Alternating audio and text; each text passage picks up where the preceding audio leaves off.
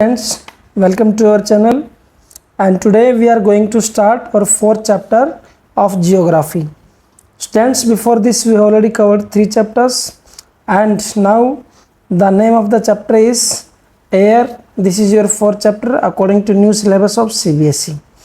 So children, before reading this one, I just want to tell you a little bit about the air.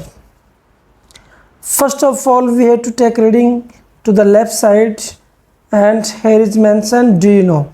Take reading of this one, children, so that a little bit things will be cleared to you. Carbon dioxide released in the atmosphere creates a greenhouse effect by trapping the heat radiated from the earth. Carbon dioxide released, अब children, see here कि जितने भी atmosphere के अंदर जितने भी प्राणी हैं वो सारे क्या करते हैं, दे रिलीज कार्बन डाइऑक्साइड और हमारे एटमॉस्फेयर में जाती है। इससे फिर क्या होता है, अगर कार्बन डाइऑक्साइड ज़्यादा हो जाएगी, सिर्फ ह्यूमन बींग्स या एनिमल्स ही नहीं, कार्बन डाइऑक्साइड बहुत सारी चीज़ों से रिलीज होती है, और अगर ये कार्बन डाइऑक्साइड ऐसे रिलीज होती रही तो उससे क्या होगा, ग्रीन हाउस इफेक्ट पड़ेगा, trapping the heat radiation from the अर्थ, और हमारी अर्थ के ऊपर बहुत ज़्यादा हीट आएगी और उससे फिर क्या होगा, this is there for called a green house effect. वो जो हीट आएगी तो हमारा जो अर्थ प्लैनेट है, ये प्लैनेट क्या हो जाएगा, ये धीरे धीरे जो है इसका टेम्परेचर इंक्रीज होगा। टेम्परेचर इंक्रीज होने से फिर उसको हम क्या कहेंगे, that is green house effect. उसको हम ग्रीन हाउस इफेक्ट के नाम से जानते हैं, ग्रीन हाउस इफेक्ट उसको बोलेंगे children. So green house gas and without it the earth would have been too cold to live in. लेकिन एक और भी बात यहाँ पर बड़े अच्छे से कही है, अगर यहाँ पर क्या नहीं हो, अगर यहाँ पर आपका जो है कार्बन डाइऑक्साइड ना हो तो क्या हो जाएगा यहाँ पे कि हमारी ये जो अर्थ है ये बिल्कुल कूल हो जाएगी, बिल्कुल कोल्ड हो जाएगी, और अगर यहाँ पर टेम्परेचर इंक्रीज नहीं होगा तो ये हमारे रहने लायक नहीं रहेगी। ये भी एक इसका नेगेटिव इम्पैक्ट आता है। इट मीन्स ये हुआ कि कार्बन डाइऑक्साइड भी ज़रूरी है हमारे एटमॉस्फेयर के लिए और हमारे इस प्लैनेट के लिए।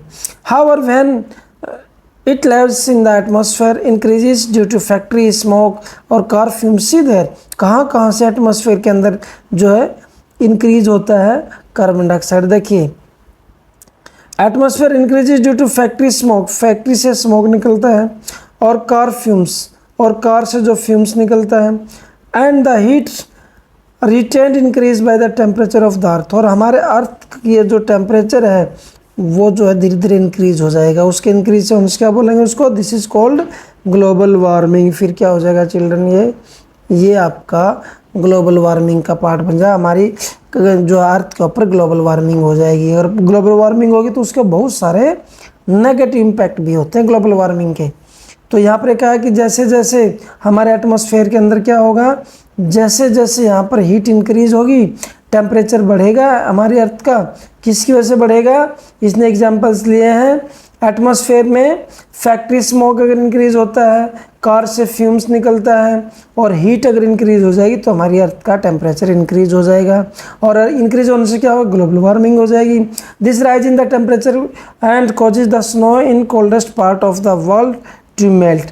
अब वर्ल्ड के जो कोल्डेस्ट पार्ट हैं चिल्ड्रन, वहाँ पर अगर ये ऐसे ही बढ़ता रहा तो क्या हो जाएगा, वहाँ पे फिर वहाँ पर ये हो जाएगा कि जो ठंडे पार्ट है पूरे वर्ल्ड के अंदर, तो वहाँ पे जो है फिर व्हाट विल हैपन देयर, कि वहाँ जो बर्फ़ जमी हुई है वो धीरे धीरे क्या हो जाएगी, वो मेल्ट होने स्टार्ट हो जाएगी, as a result the sea level rises causes flood in the coastal areas, और उसका रिजल्ट क्या होगा, जो कोस्टल एरियाज है वहाँ पर फिर क्या हो, पानी अगर ऊपर से ज़्यादा मेल्ट होके आएगा तो क्या होगा, सी लेवल, यहाँ का जो सी लेवल है वो राइज हो जाएगा, और फ्लड, कोस्टल एरिया में फ्लड आ जाएगी, and there may be drastic change in the climate of place leading to extinction of some plants and animals in the long run. अब जैसे जैसे पानी बढ़ेगा और फ्लड आएगी तो फिर धीरे धीरे क्या होगा, चेंज आ जाएगा हमारे क्लाइमेट के अंदर भी, और फिर जो हमारे कुछ प्लांट्स हैं या एनिमल्स हैं धीरे धीरे वो एक्सटिंक्ट होने स्टार्ट हो जाएंगे, ख़त्म होने स्टार्ट हो जाएंगे। तो ये एक इतना बड़ा इम्पैक्ट आ जाएगा ग्लोबल वार्मिंग का। अब देखो एक सिर्फ एक ही चीज़ से जब हमारा टेम्परेचर इंक्रीज हुआ, टेम्परेचर इंक्रीज होने से कितनी सारा इम्पैक्ट हो गया, ग्लोबल वार्मिंग हो गई पूरे वर्ल्ड के अंदर, इस पूरे प्लेनेट के ऊपर। और जो हमारे जो ग्लेशियर्स है, जहाँ पर आइस कैप्स है, हमारी जो माउंटेन्स पर जो आइस जमी हुई है, जो बर्फ़ जमी हुई, धीरे धीरे वो बर्फ़ भी पिघल जाएगी, मेल्ट हो जाएगी। अगर वो मेल्ट हो गई then water will come down, down की साइड में वाटर आएगा और ओशियंस में जाएगा, ओशियंस का भी लेवल इंक्रीज हो जाएगा। और फिर जो एरियाज है, फ्लड प्लेन एरियाज, वहाँ पर फ्लड आएगी, प्लेन एरियाज के ऊपर फ्लड होगी, और फ्लड आने से फिर क्या, कोस्टल एरियाज में भी फ्लड आएगी, और फिर ड्रास्टिक चेंज आ जाएगा हमारा क्लाइमेट के ऊपर, और बहुत सारी चीज़ें एक्सटिंक्ट हो जाएंगी, लुप्त हो जाएंगी, ख़त्म हो जाएंगी। तो ये है हमारा इम्पैक्ट क्या, ग्लोबल वार्मिंग का। Now we are going to take reading of the chapter, see there children. Our earth is, अब देखिए यहाँ पर we are just going to start this one, and our earth is surrounded by a huge blanket of air. हमारे earth, देखो यहाँ पर इसने बताया कि हमारी जो अर्थ है वो ह्यूज ब्लैंकेट ऑफ एयर से ढकी जो है, कवर है। पूरा का पूरा एटमॉस्फेयर जो है, जो हमारा जो बना हुआ है by a huge blanket of air called atmosphere, उसको ही हम एटमॉस्फेयर करते हैं। मीन्स ये हुआ कि हमारी जो अर्थ है उसके चारों साइड में क्या है, एक ब्लैंकेट है एयर का। उस एयर के अंदर बहुत सारी गैसेज हैं, वो गैसेज जो है हमारी इस अर्थ के चारों साइड में घूमती रहती हैं। तो वो जो चारों साइड में जो घूमती रहती है उसको बोलते हैं blanket. So our earth is surrounded by a huge blanket of air that is known as atmosphere. अब यहाँ पर एक क्वेश्चन बन जाता है, व्हाट इज एटमॉस्फेयर। ये आप इजीली यहाँ पर उसको एक्सप्लेन कर सकते हो। And all living beings on this earth depends on the atmosphere. जितने भी लिविंग बींग्स है इस अर्थ के ऊपर, वो किससे डिपेंड करता है, डिपेंड्स ऑन द एटमॉस्फेयर को डिपेंड करता है फॉर देयर सर्वाइवल। अपने सर्वाइवल के लिए वो एटमॉस्फेयर डिपेंड करता है। And it provides us the air. अब एटमॉस्फेयर हमें क्या क्या देता है, it provides us air we breathe, जो हम सांस लेते हैं उसके लिए हमें हवा चाहिए, एयर चाहिए, और एयर देता है। एंड प्रोटेक्ट अस फ्रॉम, और हमें प्रोटेक्ट भी करता है किस चीज़ से, from the harmful effect of the sunrise, और सनराइज के जो हार्मफुल इफेक्ट है उससे भी हमें बचाता है। Without this blanket of protection we would be baked alive by the heat of the sun during day and get frozen during night. उसने कहा कि अगर ये ब्लैंकेट ऑफ एयर ना हो जो हमें क्या करता है, प्रोटेक्ट करता है, we would be baked alive, हम क्या हो जाएंगे, हम पूरी तरह से पक जाएंगे, क्योंकि गर्मी ज़्यादा हो जाएगी, सन की हीट हो जाएगी दिन में, और रात में क्या हो जाएगा, get frozen during the night, और रात में हम जम जाएंगे। So it is, this means mass of air, ये जो मास ऑफ एयर है चिल्ड्रन, इतनी ज़्यादा जो एयर है, दैट हैज़ मेड द, उसे क्या बना, that has made the temperature on the earth liveable. इसका मतलब है कि ये जो एयर है इससे हमारा जो है, जो अर्थ के ऊपर जो हम रह रहे हैं, जो टेम्परेचर जो मेंटेन होता है, इसी की वजह से हम अर्थ के ऊपर सर्वाइविंग कर पाते हैं। इसलिए ये जो एयर है ये भी ज़रूरी है। And children we are increase and moving ahead. So composition of our atmosphere, अगला टॉपिक क्या था बेटा, कि हमारे एटमॉस्फेयर का जो कंपोजिशन कैसे हुआ, मतलब कैसे बना हमारा एटमॉस्फेयर, इस एटमॉस्फेयर के अंदर कौन कौन सी चीज़ें इंक्लूड हैं। देखो, do you know that the air we take in while breathing is actually a mixture of many gases. हम जो वो हवा जो हम लेते हैं, जो ब्रीथिंग करते हैं, ऑक्सीजन जो लेते हैं, एक्चुअली वो क्या है, मिक्सचर ऑफ मैनी गैसेज, बहुत सारे गैसेज का क्या है चिल्ड्रन, वो मिक्सचर है। उसमें क्या क्या उन गैसेज के अंदर, नाइट्रोजन, ऑक्सीजन, ऑक्सीजन है, नाइट्रोजन है, ये दो main gases which make up the bulk of the atmosphere, जिससे हमारा एटमॉस्फेयर जो है बल्क बना हुआ है। मतलब ये हुआ कि ये मेन गैसेज कौन कौन सी होगी, नाइट्रोजन एंड ऑक्सीजन, जो हमारे किसके अंदर है, जो हमारे एटमॉस्फेयर के अंदर है। So that is carbon dioxide, helium, ozone, argon and hydrogen are found in lesser quantities. दूसरी गैसेस भी इनके अलावा, मैंने आपको दो गैसेस के बारे में बताया, नाइट्रोजन, ऑक्सीजन, ये दोनों तो हैं, लेकिन इसके अलावा कार्बन डाइऑक्साइड भी है, हीलियम भी है, ओजोन है, आर्गोन है एंड हाइड्रोजन, ये भी गैसेज हैं। इनकी क्वांटिटी थोड़ी कम है, और जो ज़्यादा क्वांटिटी की जो गैसेज है वो मैंने बताया नाइट्रोजन और ऑक्सीजन है। अपार्ट फ्रॉम दीज गैसेज, इन गैसेज के अलावा tiny dust particles are also present in the air, इसके अलावा छोटे छोटे डस्ट पार्टिकल्स भी हैं जो हमारी एयर के अंदर प्रेजेंट है। द पाई चार्ट, देखो ये जो क्या है, this is known as the pie chart. क्या चिल्ड्रन, ये पाई चार्ट है। अब इसमें देखो कार्बन डाइऑक्साइड भी दिया हुआ है, इसमें आर्गोन कितने परसेंट है, दूसरी गैसेज कितने परसेंट है, ऑक्सीजन 21%, सबसे ज़्यादा है नाइट्रोजन। हमारी एयर जो है चिल्ड्रन, हमारे एयर के अंदर सबसे ज़्यादा क्या है, नाइट्रोजन है। उसके बाद दूसरा नंबर आता है ऑक्सीजन का, और फिर जो है जो स्मॉल अमाउंट में जो गैसेज है बाकी फिर सारी की सारी। इट मीन्स ये हुआ कि हमारी अर्थ के ऊपर जो भी गैसेज हैं मैक्सिमम पार्ट तो नाइट्रोजन का, सेकंड नंबर आता है ऑक्सीजन का, और बाकी जो रिमेनिंग जो गैसेज हैं वो तो लेसर क्वांटिटीज़ में अवेलेबल है। The pie chart gives you the percentage of different constituent of air, air के अलग अलग कॉन्स्टिट्यूएंट को दिखाता है pie chart. Nitrogen is the most plentiful gas in our atmosphere in the air, air के अंदर देखो इसने बताया कि नाइट्रोजन सबसे ज़्यादा क्या है चिल्ड्रन, यहाँ पर नाइट्रोजन इसने ये बताया।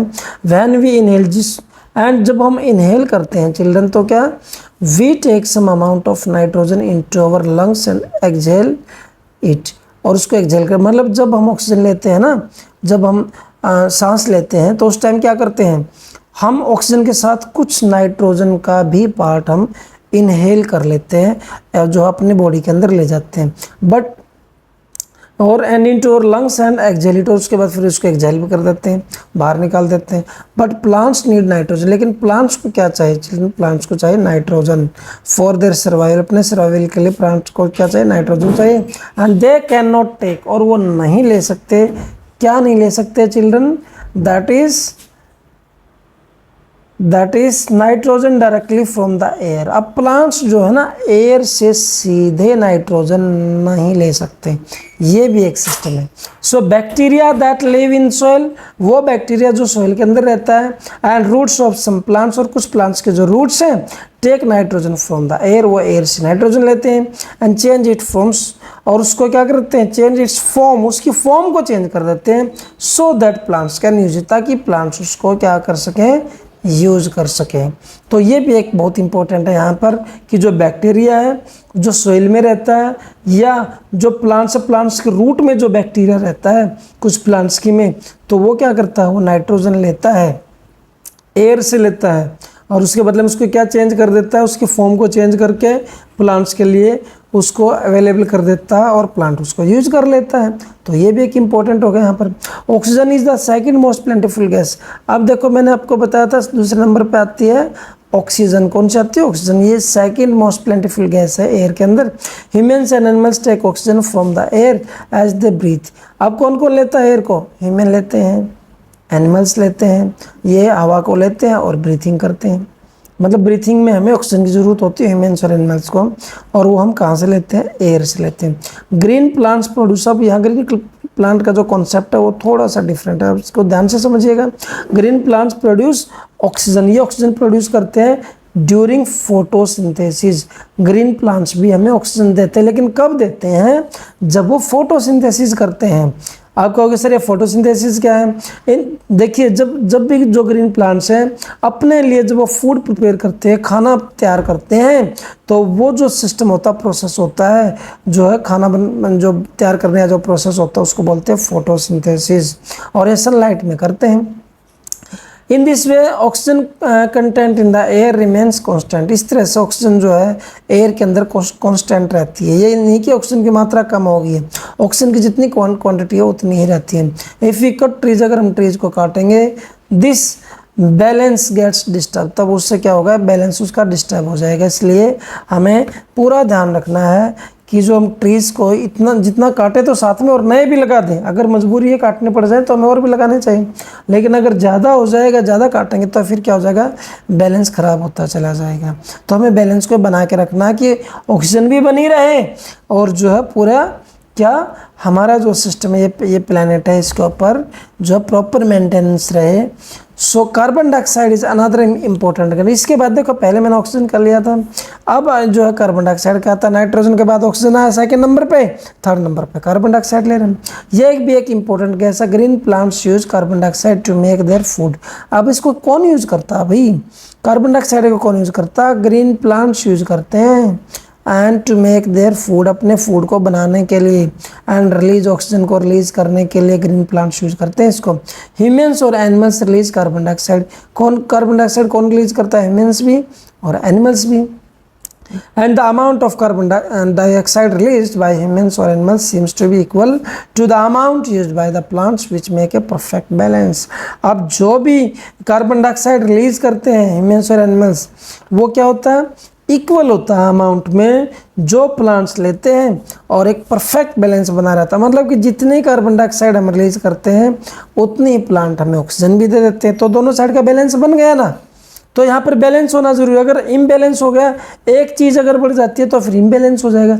तो दोनों प्रॉपर बैलेंस में चलती रहती हैं, तो उससे काफ़ी ठीक रहता है और वो सारा सिस्टम बना रहता है। सो इन दिस वे जितनी हम कार्बन डाइऑक्साइड रिलीज करते हैं और प्लांट्स हमें उतनी ऑक्सीजन भी वो रिलीज कर देते हैं, ऑक्सीजन और कार्बन डाइऑक्साइड वो ले लेते हैं। तो इस तरह से पूरा हमारा एटमॉस्फेयर के अंदर बैलेंस बना रहता है।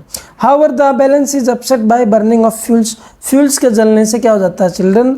जो है क्या बनता है? ये जो बैलेंस है ये अपसेट हो जाता है। अब कहेंगे फ्यूल कौन से सर? यहाँ पर फ्यूल की बात चिल्ड्रन है, जो गाड़ियाँ चलती हैं, बाइक चलती हैं, उसके अंदर जो फ्यूल्स जो यूज़ होता है, जो है क्या क्या?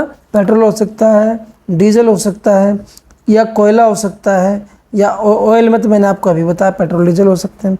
दे add billions of tons of carbon dioxide into the atmosphere each year. हर साल एटमॉस्फेयर के अंदर billions of tons of carbon dioxide वो एटमॉस्फेयर में घोल रही हैं। इतना सारा कार्बन डाइऑक्साइड जा रहा है हमारे एटमॉस्फेयर के अंदर। लेकिन as a result the increase volume of carbon dioxide is affecting. अगर हम रिजल्ट की बात करें तो इंक्रीज वॉल्यूम जो था कार्बन डाइऑक्साइड का, वो क्या इफेक्ट कर रहा है? The earth weather and climate. हमारे अर्थ के वेदर और क्लाइमेट को इफेक्ट भी कर रहा है। जितनी ज़्यादा कार्बन डाइऑक्साइड इंक्रीज होगी तो हमारे अर्थ का जो एटमॉस्फेयर उसके ऊपर भी उसका नेगेटिव इम्पैक्ट आएगा। हमारे वहाँ पर जो हमारी अर्थ का जो एटमॉस्फेयर है वो ज़्यादा गर्म हो जाएगा। सीधी सी बात है, अगर कार्बन डाइऑक्साइड बढ़ेगी तो गर्मी ज़्यादा होगी, गर्मी ज़्यादा होगी तो हमारी अर्थ के ऊपर नेगेटिव इम्पैक्ट आएगा, और वहाँ का जो एटमॉस्फेयर है, जो टेम्परेचर है, वो टेम्परेचर इंक्रीज हो जाएगा। तो see this one.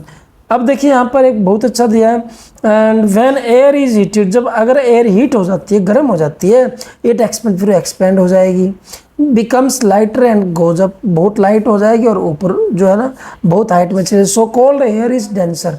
Cold air अगर होती है तो काफ़ी डेंस होती है, और अगर हॉट एयर होती है तो क्या होती है? वो लाइट होती है। देखो दोनों में डिफरेंस यहाँ पता चल गया हमें। अगर हवा गर्म हो गई तो लाइट हो जाएगी, और अगर एयर क्या है? कूल है, तो वो डेंस हो जाएगी और हैवी भी हो जाएगी। That's why it tends to sink down. इसलिए वो सिंक डाउन हो जाती है। व्हेन हॉट एयर राइजेज, जब हॉट एयर राइज होती है, then cold air from surroundings area. When hot air rises, cold air from surroundings area rushes there to fill in the gap. तो cold air जो है वो जो बीच का जो गैप है उसको फिल कर देती है। That's how air circulation takes place. इस तरह से एयर का सर्कुलेशन जो है बना रहता है।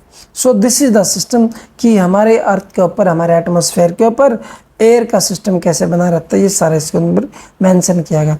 अब यहाँ पर देखिए एक छोटा सा इन्होंने एक फोटो भी दिया हुआ है। Top scientist offers way out of global warming. Global warming की वजह से टॉप साइंटिस्ट ने क्या दिया है यहाँ पर? उन्होंने दिखाया एंड वार्मिंग अनस्टॉपेबल। वार्म ये भी दिया उन्होंने कि जो वार्म हो रहा है, जो गर्मी जो हो रही है वो अनस्टॉपेबल, उसको रोका नहीं जा सकता, ये भी इन्होंने बताया। तो इसमें से ग्लोबल सनस्क्रीन लाइकली चेंज। अब ऐसे ग्लोबल सनस्क्रीन दिखाई दे रही है उनको। और अगर हम बात करें global warming can bring back Jurassic era. Jurassic era दोबारा फिर ला सकता है अगर ग्लोबल वार्मिंग ऐसे ही बनी रही तो। Read and ponder, is global warming a serious issue in today's world? Yes, global warming बहुत सीरियस इशू आज के वर्ल्ड में, तो ये भी इसके अंदर मेंशन किया गया children. So we are moving on the next page.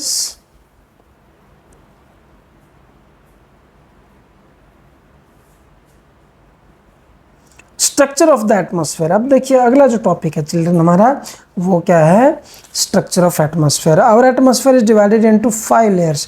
हमारा एटमॉस्फेयर किस में डिवाइडेड है, 5 लेयर्स में डिवाइडेड है, starting from the earth surface. अब वो कहाँ से स्टार्ट होता है, अर्थ के सरफेस से स्टार्ट होता है।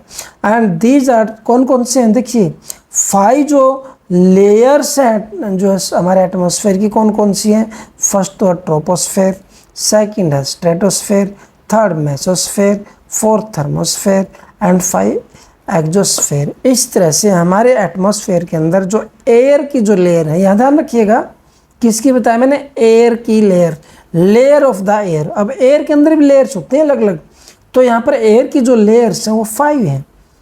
अब मैंने 5 के नाम बताए आपको, ये आपको ध्यान रखनी है कि कौन कौन सी 5 लेयर्स हैं एयर की जो हमारे एटमॉस्फेयर में है। सो ये यहाँ पर मेंशन किया गया चिल्ड्रन। अब देखिए अब हम आगे नेक्स्ट देखते हैं ट्रोपोस्फेयर। अब इन सभी लेयर्स के बारे में हम डिफाइन करेंगे। ट्रोपोस्फेयर क्या, this layer is the most important layer of the atmosphere. ये हमारे एटमॉस्फेयर की सबसे इंपॉर्टेंट लेयर है। It's average height is 13 kilometre. इसकी एवरेज हाइट कितनी जाती है, 13 किलोमीटर। ट्रोपोस्फेयर देखिए कहाँ पर सबसे, एक बार इसको थोड़ा ऊपर कर लेते हैं हम। देखिए सबसे पहले जो आएगी ना, ये रही यहाँ पर ट्रोपोस्फेयर, ये रही ट्रोपोस्फेयर। यहाँ पर सबसे पहले जब हम हाइट पे चलेंगे तो वहाँ पर ऊंचाई पे जैसे जाएंगे तो सबसे पहले ट्रोपोस्फेयर आएगा। उसके बाद फिर जो अगली आएगी वो आपकी आएगी स्ट्रेटोस्फेयर। अगली कौन सी आएगी, स्ट्रेटोस्फेयर। तो पहले ट्रोपोस्फेयर के बारे में स्टडी करते हैं। देखिए एंड एवरेज हाइट कितनी ट्रोपोस्फेयर की, 13 kilometre. The air we breathe exist here, जो हवा हम लेते हैं, ब्रीथिंग करते हैं, ये हवा ट्रोपोस्फेयर में होती है। इसका मतलब ऑक्सीजन होती है इसमें काफ़ी कुछ। Almost all the weather phenomena like rainfall, fog, hail storms occur in this layer. Rainfall अगर होनी है, फॉग होना है, हेल स्टॉर्म्स होना है, वो सारा क्या होता है, चलो वो इसी लेयर में होते हैं। कौन सी लेयर बताया मैंने आपको, ट्रोपोस्फेयर। ये तो थी फर्स्ट नंबर। अब देखो सेकंड नंबर पे कौन सी है हमारी, सेकंड नंबर पे हमारी stratosphere. Above the troposphere, troposphere से ऊपर देखिए मैं आपको बता दूं ये स्ट्रेटोस्फेयर आ गई। और ट्रोपोस्फेयर मैंने कितने किलोमीटर्स तक का बताया था, ट्रोपोस्फेयर था आपका 13 किलोमीटर्स। अब उससे ऊपर आ गया स्ट्रेटोस्फेयर। अब स्ट्रेटोस्फेयर जो एयर है, above the troposphere lies the stratosphere. Troposphere से ऊपर स्ट्रेटोस्फेयर है। ये ट्रोपोस्फेयर इससे ऊपर, देखो इससे ऊपर चलेगी ना, ये वाला इससे ऊपर आ गया, तो ये हो गया हमारा stratosphere. Above the troposphere lies the stratosphere, it extends up to a height of 50 kilometres. कितने किलोमीटर्स तक है ये देखो जो है स्ट्रेटोस्फेयर अप टू 50 किलोमीटर्स। ये आ गया ना यहाँ पर देखिए हाइट इन किलोमीटर्स, ये दिया हुआ यहाँ पर हाइट इन किलोमीटर्स। ये किलोमीटर्स क्या है, तो 50 किलोमीटर्स का यहाँ पर दिया गया यहाँ पर, तो ये 50 किलोमीटर्स तक यहाँ पर मेंशन किया गया। स्ट्रेटोस्फेयर जो है ये स्ट्रेटोस्फेयर है, तो स्ट्रेटोपोज तक यहाँ तक इसकी हाइट आती है। तो this is up to 50 kilometres, 50 kilometres तक इसको मेंशन किया गया। किससे ऊपर है ये आपका ट्रोपोस्फेयर से ऊपर आता है stratosphere. And this layer is almost free from clouds and associated weather phenomena. अब ये लेयर कौन सी है, ऊपर वाली लेयर आ गई, इसमें ना तो इसमें कोई क्लाउड्स नहीं बनता है और कोई वेदर फिनोमेना भी इसके अंदर नहीं होता है। Making conditions most ideal for flying aeroplanes. अब यहाँ पर ये जो लेयर है ये बहुत ज़्यादा आइडियल है एरोप्लेन्स उड़ाने के लिए। मतलब इसके अंदर जो एरोप्लेन्स फ्लाइंग करते हैं, ये देखो यहाँ पर एयरप्लेन दिखाया हुआ है इस लेयर के अंदर, ट्रोपोस्फेयर के अंदर। इससे ट्रोपोस्फेयर से ऊपर जो स्ट्रेटोस्फेयर में हमारे एयरप्लेन्स फ्लाइंग करते हैं भाई, ये ध्यान रखिएगा। ट्रोपोस्फेयर में नहीं, स्ट्रेटोस्फेयर में हमारे एयरप्लेन्स फ्लाइंग करते हैं। And contains a layer of ozone gas. इसमें one important features of stratosphere, क्या important features stratosphere is that it contains a layer of ozone. इसमें ओजोन की लेयर भी होती है, ओजोन गैस होती है भी। We have just learn how it protect us from the harmful effect of the sunrays. अब सनरेज के जो हार्मफुल इफेक्ट हैं उससे ये ओजोन लेयर हमें कैसे बचाती है, इस बारे में भी we are just going to discuss about it.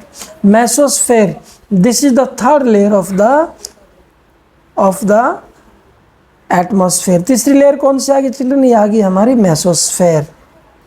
And it lies above the stratosphere, ये स्ट्रेटोस्फेयर, ये देखो स्ट्रेटोस्फेयर, इससे ऊपर ये आ गई आपकी मेसोस्फेयर, ऊपर आ गई ना मेसोस्फेयर, तो ये होगी लेयर मेसोस्फेयर ऊपर, ये दिस इज मेसोस्फेयर, तो ये आ गया आपकी भी।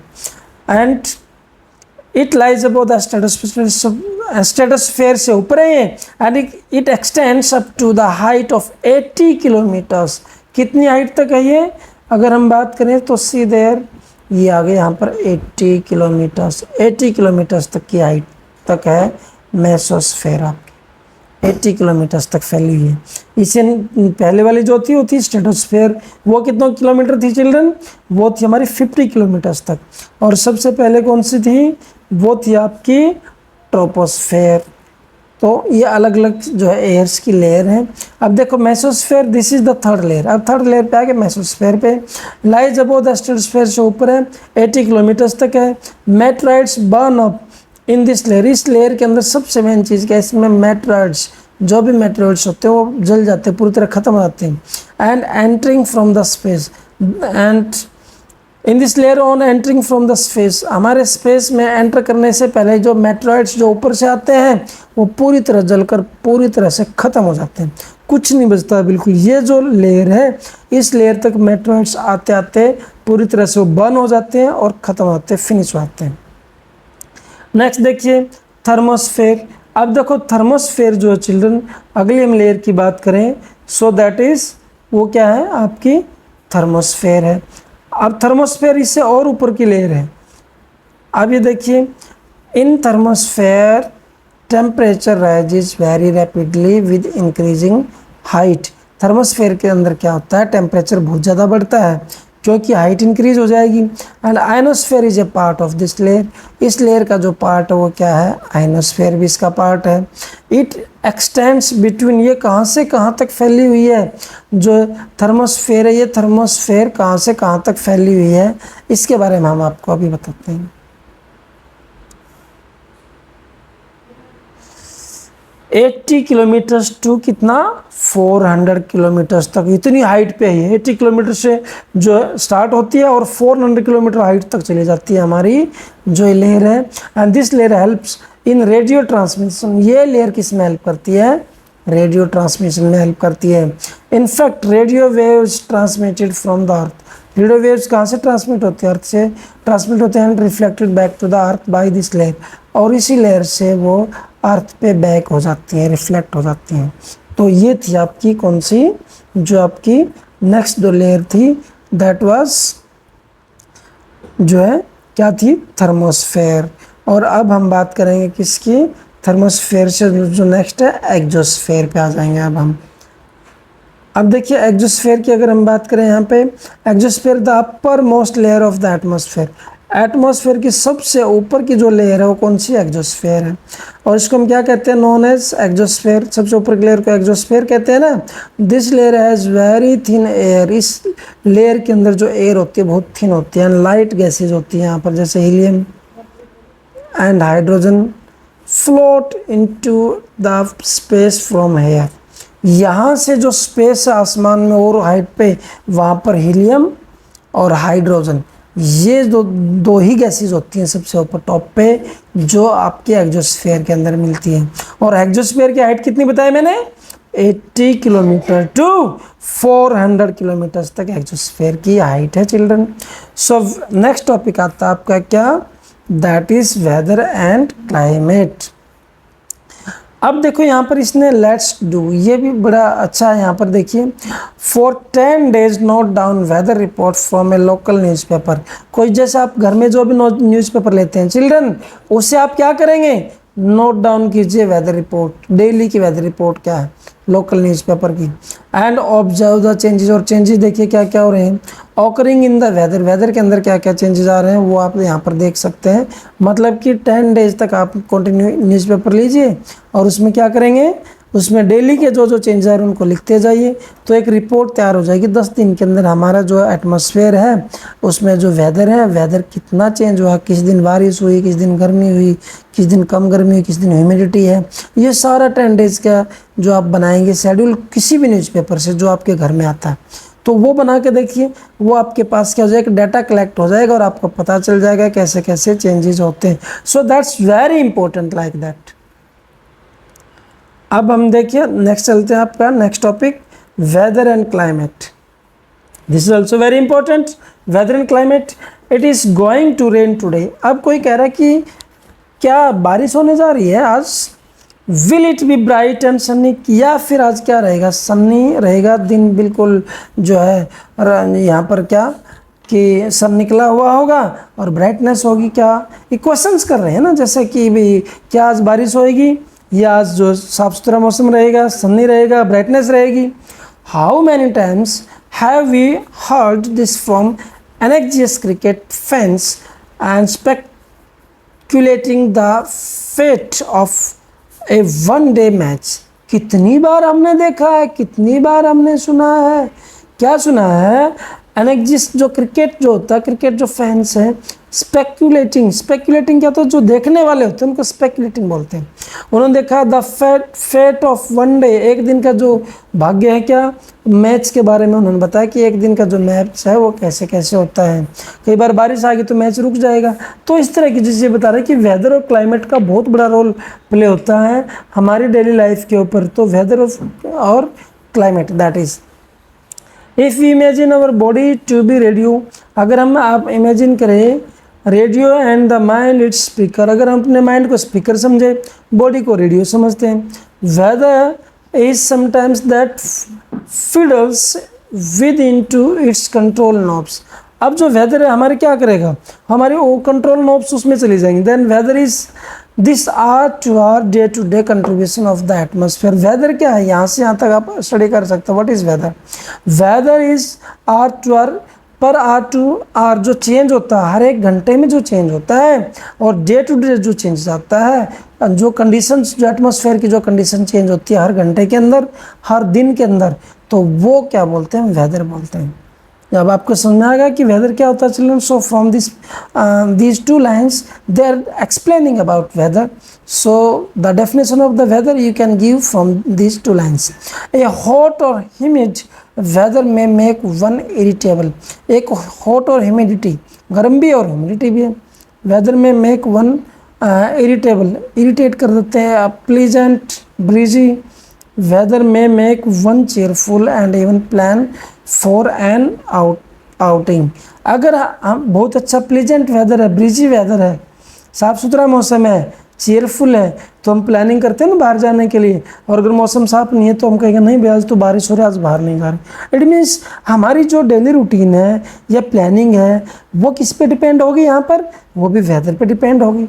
मतलब ये होगा कि हमारी लाइफ का जो प्रोसेस है वो लाइफ प्रोसेस भी ये वेदर फिनोमेना के ऊपर डिपेंडेंसी होगी कि वेदर जैसे भी होगा उस वेदर के ऊपर हमारी डेली की जो एक्टिविटीज़ हैं वो फुली डिपेंडेंट है वेदर के ऊपर। So weather can change dramatically from day to day dramatically change होता है भाई weather. However the average weather condition of a place, किसी प्लेस की जो एवरेज वेदर कंडीशंस है for a long period of time, लंबे टाइम तक की अगर हम बात करें, represent the climate of a place, किसी भी प्लेस के क्लाइमेट को जो दिखाती हैं तो उस एरिया की वेदर कंडीशंस से ही पता चलता है कि यहाँ का क्लाइमेट कैसा है। और क्लाइमेट को 1 या 2 दिन में नहीं होता है, एक फिक्स टेन्योर होता है कि 10 साल का देख लीजिए, पिछले 20 साल का, इस तरह से हम लेके चलते हैं, 30 ईयर्स का देख लीजिए। तो जो क्लाइमेट जो है वो डिपेंड करता है वहाँ के वेदर फिनोमेना के ऊपर, क्लाइमेट डिपेंड करता है। Now do you understand why we have daily weather forecast. अब आप समझ गए हैं कि डेली हमारी वेदर फोरकास्टिंग क्यों होती है। डेली बताते हैं ना कि आज मौसम साफ़ सुथरा रहेगा या आज बारिश आएगी। तो इस तरह की जो न्यूज़ बुलेटिन हमें मिलती हैं तो वो क्या बताती हैं, वो वेदर के बारे में ही हमें बताती हैं। और हम क्या होता है डेली अपडेट भी होते रहते हैं इससे। अब यहाँ पर चिल्ड्रन देखिए, you will be surprised to know that the earth receives only one in,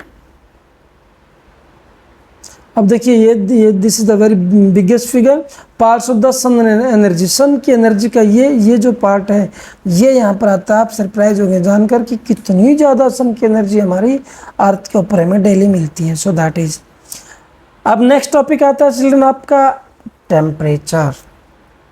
अब देखो स्टार्टिंग से हम जो बात कर रहे हैं वेदर के बारे में, और जो लेयर्स जो हैं, एयर की जो लेयर्स है उसके बारे में बात किया। अब टेम्परेचर, हमारे अर्थ का जो टेम्परेचर इंक्रीज होना या डिक्रीज होना, हम उस बारे में बात करेंगे कि हमारे अर्थ का जो टेम्परेचर है तो वो कैसा है।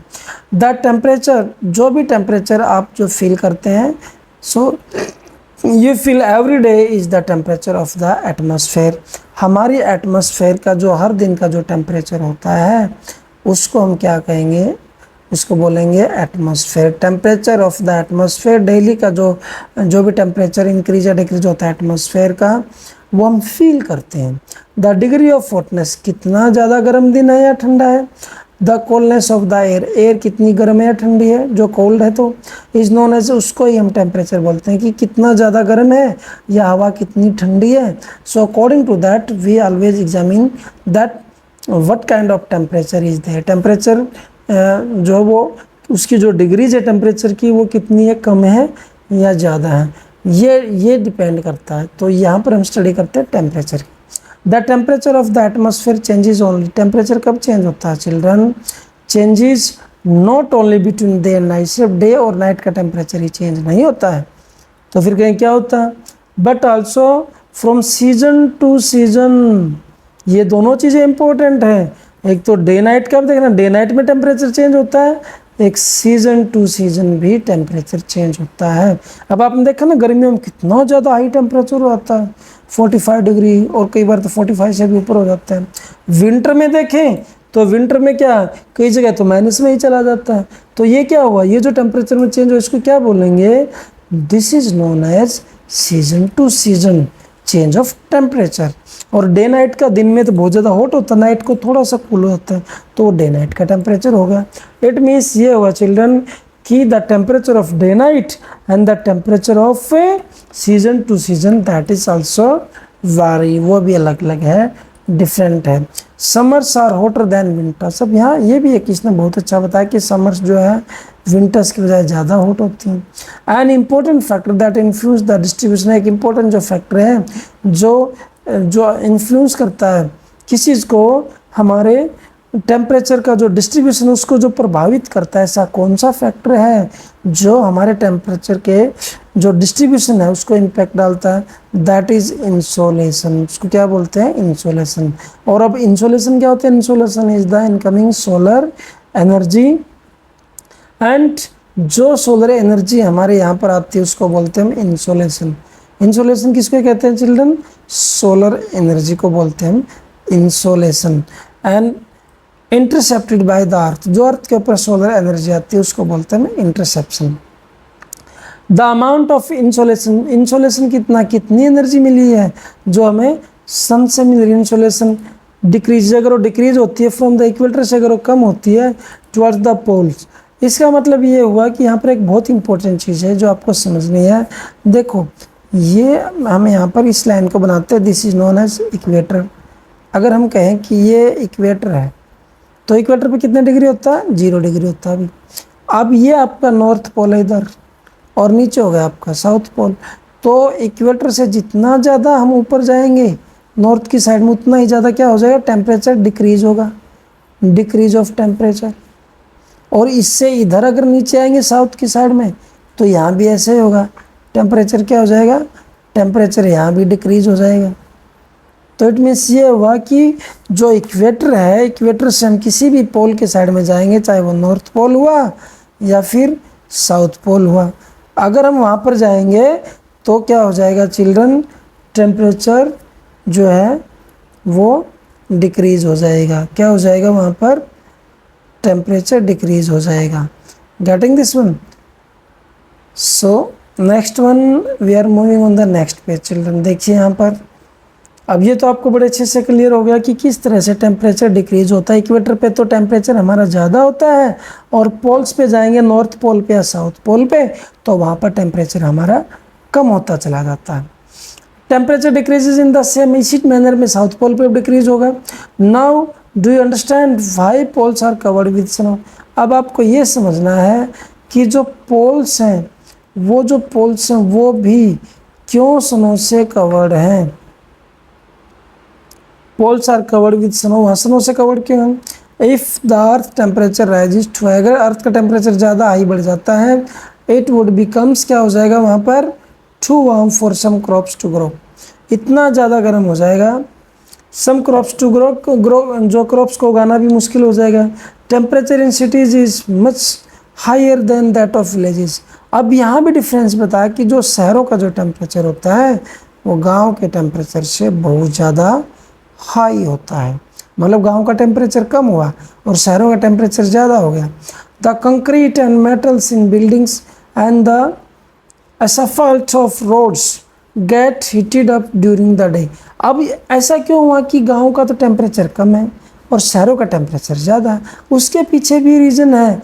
क्या क्या रीज़न देखिए, कंक्रीट एंड मेटल्स, मेटल और कंक्रीट की बिल्डिंग्स बनी होती हैं शहरों के अंदर, और asphalt ऑफ रोड्स, जो रोड बने होते हैं ये गर्म हो जाते हैं दिन के दौरान, दिन में गर्म हो जाए तो गर्मी ज़्यादा बढ़ जाएगी। This heat is release during the night, और ये हीट कब रिलीज होती है, रात में वो हीट रिलीज होती है। The crowded high rise buildings of the cities, शहरों के अंदर जो हाई राइज बिल्डिंग है एक दूसरे के ऊपर, देखा ना हमने कितनी लंबी लंबी बड़ी बड़ी बिल्डिंगें हैं, इतनी ज़्यादा बिल्डिंग्स होने की वजह से वहाँ भी गर्मी ज़्यादा बनती है।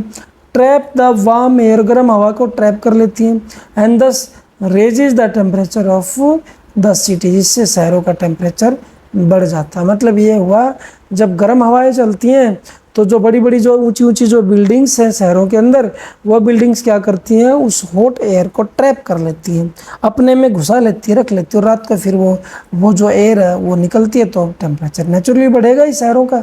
तो इस तरह से शहरों का टेम्परेचर बढ़ने के यही दो रीज़न बचा है, क्योंकि वहाँ पर मेटल के रोड होते हैं, वो गर्मी ज़्यादा बनती है, बिल्डिंग्स बनी होती है, बिल्डिंग भी कंक्रीट की बनी होती है, तो वो भी ज़्यादा जो है हीट को अब्जॉर्ब करती हैं या ट्रैप कर लेती हैं और रात को फिर रिलीज़ करती हैं। पर गांव में ऐसा नहीं होता, गांव में तो जो है झोपड़ी होती हैं, या फिर यूँ कहें कि भी कच्चे घर बने होते हैं जो मिट्टी के बने होते हैं, वो जल्दी जो है न ज़्यादा जल्दी गर्म होते हैं न ज़्यादा जल्दी ठंडे होते हैं, तो वहाँ टेम्परेचर मेंटेन रहता है। पर शहरों में ऐसा नहीं होता। तो ये आपने कॉन्सेप्ट यहाँ पर अंडरस्टैंडिंग किया कि किस तरह से टेम्परेचर इंक्रीज या डिक्रीज होता है। अब देखिए children, this is also very important, the standard unit of measuring temperature is degree. अब टेम्परेचर को मेजर करने का जो मेन है वो क्या है, कौन सा इंस्ट्रूमेंट है, मेजरमेंट किसका लेते हैं, कौन सी यूनिट है, that is degree. Degree Celsius किस में आएगा चिल्ड्रन, डिग्री सेल्सियस में। It was invented by Anders Celsius, किसने इन्वेंट किया था इसको, एंडर्स सेल्सियस ने इसको इन्वेंट किया था, डिग्री को, डिग्री सेल्सियस को। On the Celsius scale the water freezes at 0 degree. जब पानी जमना स्टार्ट हो जाए ना, बर्फ बननी स्टार्ट हो, तो कितने डिग्री बनता है, 0 डिग्री पे। और जब वाटर बॉइलिंग स्टार्ट करता है तो कितने डिग्री पे करता है चिल्ड्रन, 100 डिग्री सेल्सियस पे। ये दोनों का आपने ध्यान रखना है कि boiling point of water is 100 degree Celsius and freezing point of water is 0 degree Celsius. इन दोनों को आपने माइंड में बिल्कुल फिट करके रख लेना है और अपना हर टाइम इसको याद रखना है। एक एक नंबर का क्वेश्चन ऐसा है पुटअप किया जा सकता है। और जो बच्चे तैयारी कर रहे हैं किसी भी तरह के एग्ज़ाम्स के लिए, सिर्फ 7th क्लास के लिए नहीं, जो कंपटीशन एग्ज़ाम्स की तैयारी करते हैं उनमें भी इस टाइप के क्वेश्चंस पूछे जाते हैं children. So next topic is our air pressure. अब देखो एयर प्रेशर की अगर हम बात करें तो एयर का प्रेशर कैसे बनता है, so we are discussing about all this one. You will be surprised to know that air above us presses us with a great force on our bodies। Air जो है हमारी बॉडी के ऊपर बहुत ग्रेट फोर्स से press करती है children. However we don't even feel it, हालांकि हमें ये इसका फील नहीं होता। This is because the air presses us from all directions and our body exerts a counter pressure। क्योंकि एयर जो ऑल डायरेक्शन से, सभी डायरेक्शन से हमारी बॉडी के ऊपर जो क्या करती है, हमारी बॉडी के ऊपर जो एग्जर्ट होता है, चारों साइड से हमारी बॉडी के ऊपर वो प्रेशर डालती है, इसलिए हमें उसका वो महसूस नहीं होती, लेकिन एयर प्रेस जरूर करती है हमारी बॉडी को। All pressure is defined as the pressure exerted by the weight of air.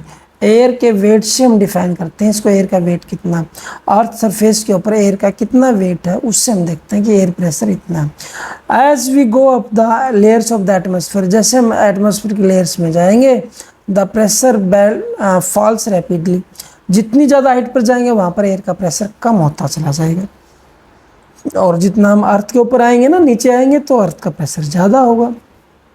The air pressure is highest at sea level, अब इसने कहा कि सी लेवल जो वहाँ पर एयर का प्रेशर ज़्यादा होता है, एंड डिक्रीजेज विद हाइट, और जितनी ज़्यादा ऊंचाई पर जाएंगे वहाँ पर सी प्रेशर जो एयर का प्रेशर कम होता चला जाएगा। मतलब कि सी लेवल से जितनी ज़्यादा ऊंचाई पे जाएंगे एयर का प्रेशर कम होगा, और सी लेवल पे आएंगे तो एयर का प्रेशर ज़्यादा होगा भाई।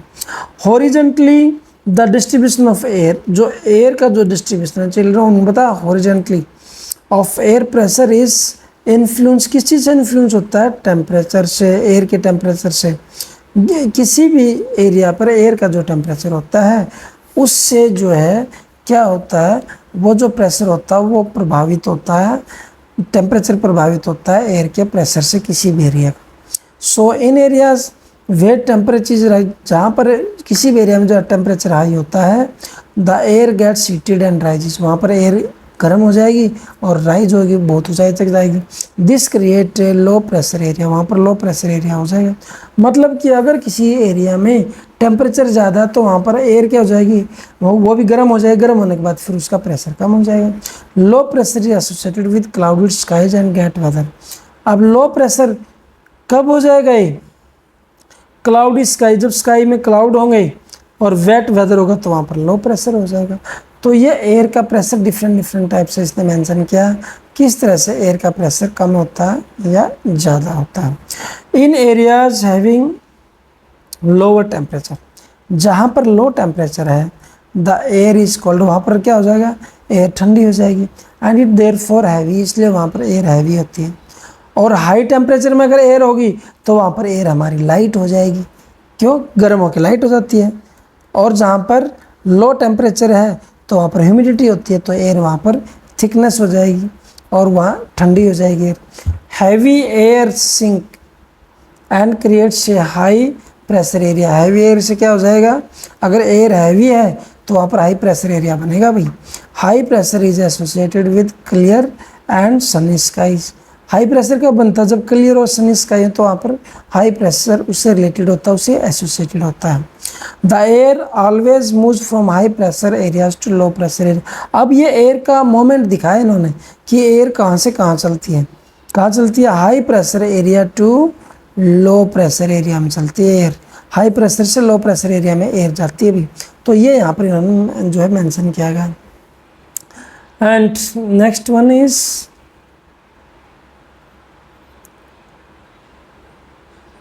wind, our next topic, that is wind children. So we are talking here about wind, the movement of the air from high pressure area to low pressure area is called wind। अब ये देखिए यहाँ पर आपका definition आती है कि what is the definition of wind.